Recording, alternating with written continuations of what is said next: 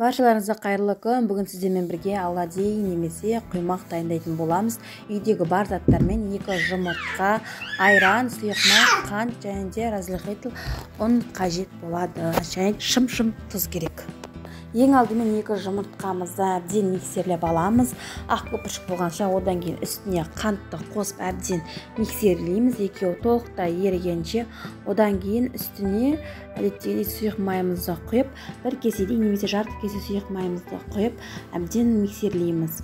Одан кейін айранымызды құямыз. Айранымыз жылы температурасы, бөлме температурасында тұру қажет. Жұмыртқа да сондай болу қажет. Барлығын әбден миксерлеп араластырамыз. Одан кейін үстіне келесі кезекте ұнды қосатын боламыз. Ұнымызды еліктеп өткізсеңіздер, ол жақсы болады. Оның ішіндегі майда-майда түйнектері қалады және де қимағымыз жақсы көтеріледі.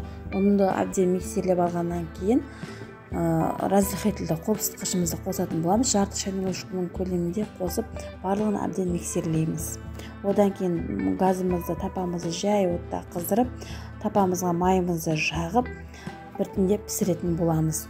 Шамалы өте сұйық та емес, өте қою да емес, қоймалжың болу қажет. Осы әбден ең жағы қызарғанша кезекпен кезек пісіріп алатын боламыз.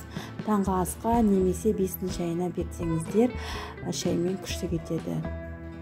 Мені қарап отырған кезде тіркеліп, лайк басып, пікір қалдырып, қолдап кетіңіздер. Менде тағы да басқа да тәттілерді көрсететін боламын.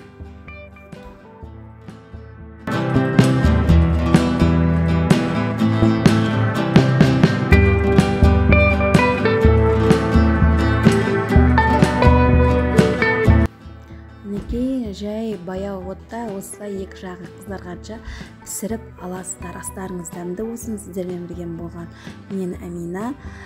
Бұны әдеттегідей маймен және сгущенкамен, болмаса сметанамен жесеңіздер жақсы кетеді. Шаймен астарыңыз дәмді болсын. Мені қолдап тіркеліп кетіңіздер.